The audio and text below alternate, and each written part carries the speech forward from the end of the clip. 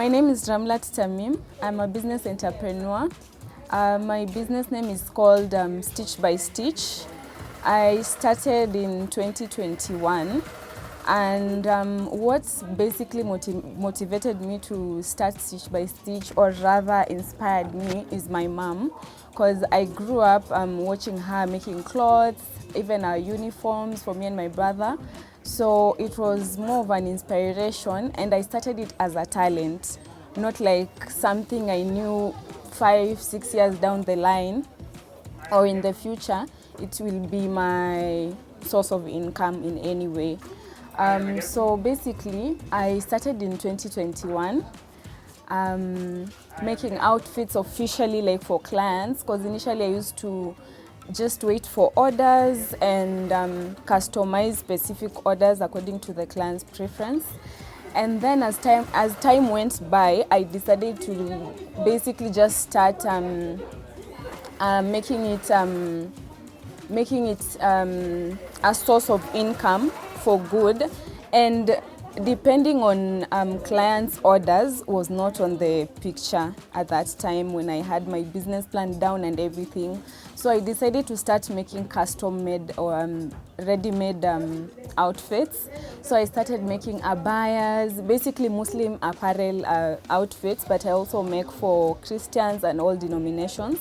So I do abayas, bonnets, bodycons, hijabs, two-piece and three-piece sets, anything and everything relating to women and ladies and even little girls, I do.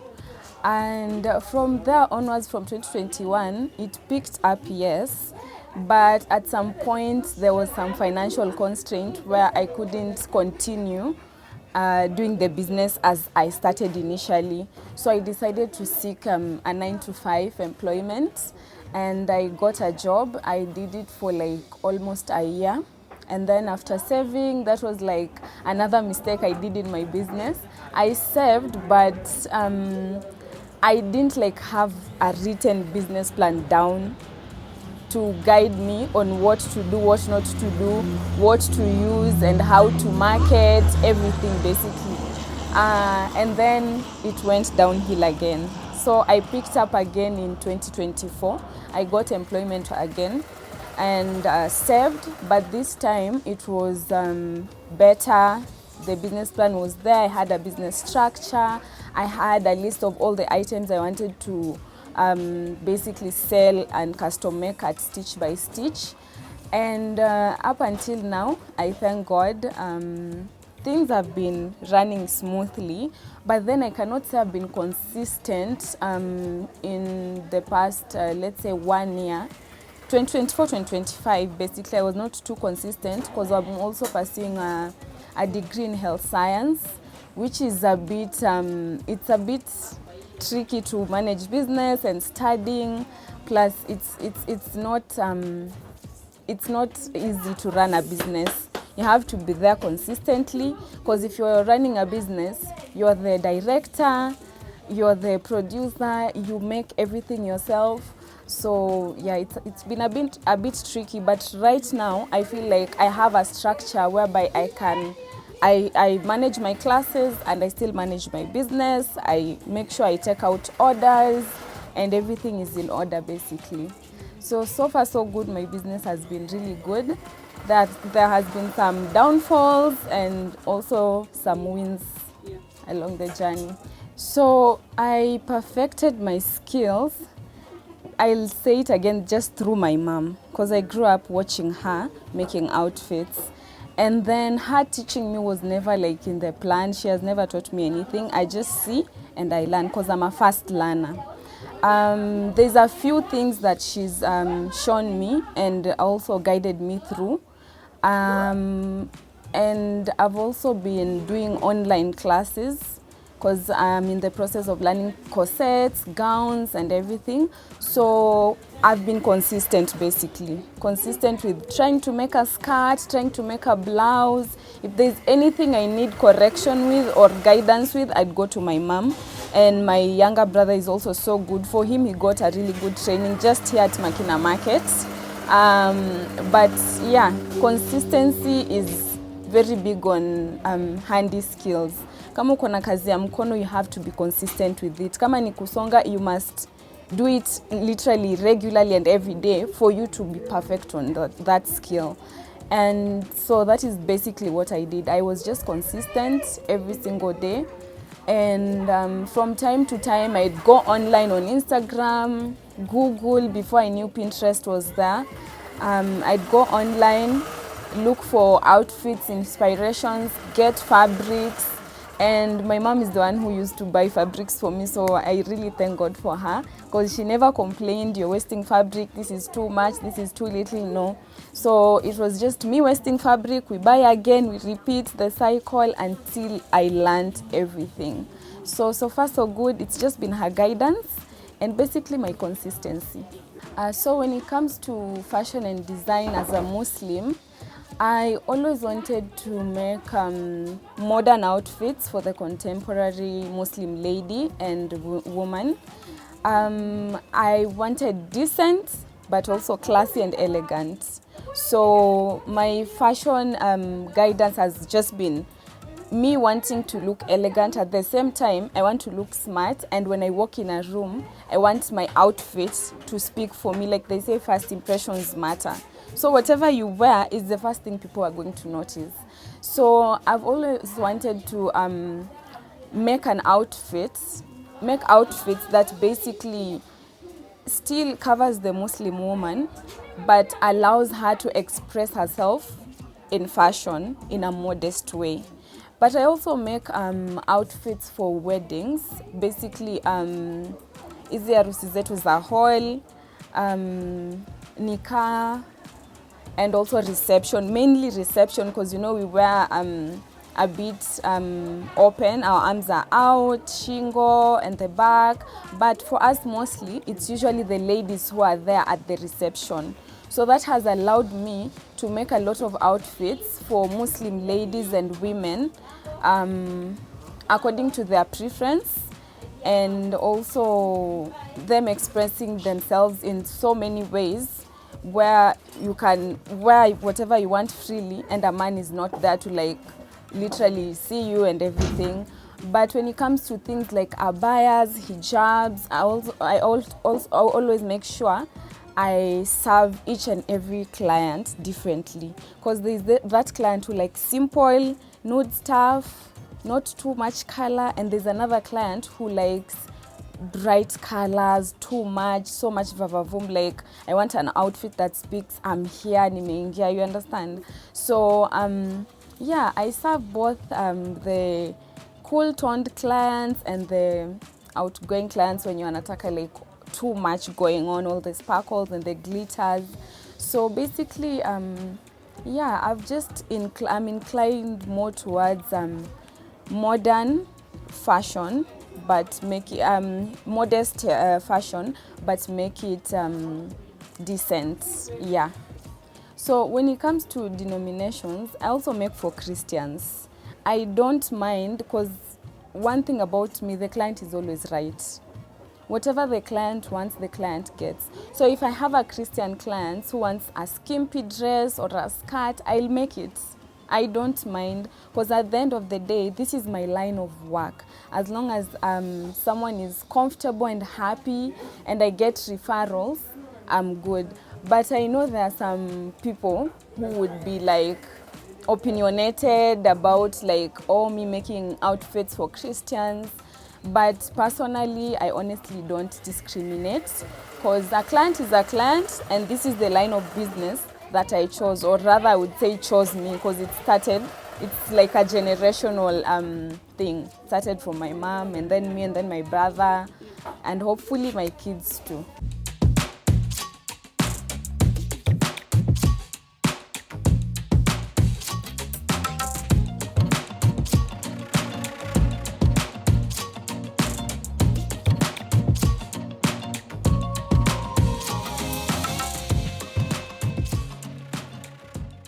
Some of the challenges I've encountered in my business is, number one, we are online based. We don't have a physical store except here, where like not everybody is comfortable coming, and not all my clients live around here. So you'd find someone like many people have been scammed online. So you convincing a client to just purchase from you and trusting and believing that whatever they're purchasing is going to be delivered after they've paid. Because for me, you have to pay and then I deliver. That's how it works. So the first challenge is being online. But so far so good, at least I've gotten clients who have referred me. So it's no longer a bit of a constraint on my business. Challenge number 2 is delivery. Getting border riders is a bit hard, but thank God there is now apps that you can use online to make your deliveries. But some of these apps, which I will not mention, you'd give a rider your goods and then they just disappear. They go AWOL on you and there's nothing you can do. So you have to make another delivery with a trusted person, with local border guys that I know, that I've worked with for so many years. But the challenge is now timing. They'll tell you, oh, niko hapa nakuja, niko almost, but then it's like a recurring cycle that is a bit tiresome. So I'm planning to also have courier services for my business. Someone that I know, this is my person and I'll be paying that person monthly. And I feel like that will lift off a lot of baggage from my side business-wise. Yeah. And another challenge is suppliers. Suppliers would sometimes mess you up. Most of my collections is a one-time thing, because I get suppliers who give you unique fabrics once and that's it. So it's either you take a big quantity, because if you take half of that quantity, there's another business owner who is also a tailor and designer like you who will take the other half. So when you decide to go back for the other half, it's no longer there. You have to take another batch. So I make sure to prepare my clients mentally that once I release this collection of, let's say, bodycons and abayas, that's it. You cannot find it anywhere else. I've sold it and it's sold out and I'm not bringing it again unless luck is on my side and my supplier is like, oh, I've gotten this fabric that you've always wanted so much. Can I resupply it for you? And if I'm comfortable, yeah. If the sale was good for that particular fabric, I'd take it. But if not, I won't. So suppliers can sometimes mess you up, but the good advantage of getting a one-time supply of a particular fabric is the uniqueness. So most people, they say, ukibai something stitch by stitch, hutaiona na mtu mwingine. So that is one thing I feel like makes me unique to any business owner out there. Be it you're selling sweets, whatever it is you're selling, big or small, never underestimate yourself. Because self-sabotage comes after you underestimate yourself and doubting yourself. Will I sell? Will people really buy from me? And from that self-sabotage, you won't have a business plan. And that is lesson number 2. Business plan is important, and I actually feel like it should be lesson number 1. Have a business plan. Have your business structure, have your plan, have your items there, how you're going to sell the items, have your pricing there. Literally everything that a business plan entails has to be there on that business plan. You have to have a soft copy and a hard copy, because we meet different people these days in different places. I go to really, really high-end hotels. I have a cousin who has an organization, so she invites me to different events to market myself as a tailor and as a designer.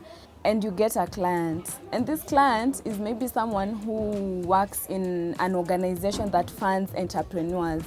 And then you're asked, where's your business plan? And you have nothing. So you have to have a soft copy and a hard copy. Soft copy on your phone, hard copy, of course, just for your filing and yeah.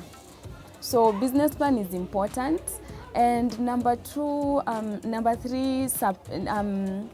work well with your suppliers, because suppliers are your friends and they're also your enemies. because they can give you really, really good stuff, but if you don't know how to speak to people, you don't know how to engage clients and the suppliers, you're going to lose everything. Because in a business, you have to be really humble. You have to be a very, very down-to-earth person. Don't brush shoulders with these people. You have to be really keen. So communication and how you present yourself to suppliers and clients really matters a lot. Always be kind to your clients. Speak calmly, even if they are angry, maybe the delivery is late. Have an explanation as to why, and be honest. Don't lie. Lying is also another thing that will kill your business really, really fast. And the other thing is just planning yourself, basically. If you have a collection, you have to announce it. You have to do marketing online. If you're posting on Instagram or TikTok, prepare your clients mentally. There's a collection coming up. Do like a countdown, 20 days to go, 19, 15, and then finally you're launching. They're mentally prepared that there's something Stitch by Stitch is coming up with, and we have to get our money ready. So from there, it's either from announcing, you will get sales. So if you don't have good preparation, trust me, you will not sell anything. You'll just sell maybe 1, 2, 3 items and then stay with them for such a long time until you decide to do a sale and do discounted prices. So preparation is very important, from launching any collection to getting fabric. So you have to have that time frame of planning yourself of in regards to when I'm getting the fabrics from the suppliers, how long is it going to take me to like customize all outfits and everything, is how long everything is it's going to take for everything to be ready and to finally launching. And also another thing most business owners neglect, and this thing really, because I also buy things online, it really gets to me. You go to a page or you come across a page and you find something really interesting that you want to buy. The item is just there, really nice video, really nice photo, quality is top notch, but there is no pricing, there is no details of the size, it's just DM. Send me a message and I'll tell you a price. So that is a bit tricky if you're a business owner. If it's an outfit, say it's a size 8, height is maybe 54, color, I might see this as black, but somebody else is viewing it as navy blue. So specify the color, the size, quality of the fabric, type of fabric, and how to order. So if you want me to call you, if you want me to WhatsApp you, if you want me to DM you, maybe you don't take calls, whichever way you do is what you specify there. And also I think content creation is really important, because I'm a content creator myself. I have a personal page and a business page for Stitch by Stitch. So my personal page has a lot of followers, more than Stitch by Stitch, which is still growing. So I do collaborative videos. My sisters model for me. Up until recently is when they started, but I used to do all the videos myself. They're on my page. So content creation is important, because you remember you are the face of the brand, you are the name of the brand, you are the videographer, photographer, editor, and you are still the producer who's going to post everything. So creating content is really important. Try as much as you can, even if you don't have a phone that has good quality. You can borrow, you have friends. From the time I started up until now, I have so many plans for Stitch by Stitch. But I see Stitch by Stitch going far. I see Stitch by Stitch as a brand that is going to inspire many, a brand that is going to basically serve a lot of women. And my biggest prayer is that I go international. Not regardless Canada, like uko mbali mbali, just Tanzania, Rwanda, Uganda, all basically in all African countries, or rather the African content, before I go like fully international. So I see Stitch by Stitch going international. I also see Stitch by Stitch having a very big physical store, because I want to have a really big store where people can come, try outfits, order whatever they want. I want to have days where I do like discounted prices, especially on Fridays, because we pray on Fridays. So most people have that window after 1:30 p.m. until 3:30, where they can do whatever they want before they go back to the office and close. So yeah, I want to have really, really nice stuff, as stitch by stitch. But so far so good. Right now what I'm focusing on is just producing more and launching more pieces. So basically pricing just depends on the quality and type of design, and also it all comes down to profit, the profit I'm making, because I have to save one and the other profit I have to bring it back to buying the fabric again.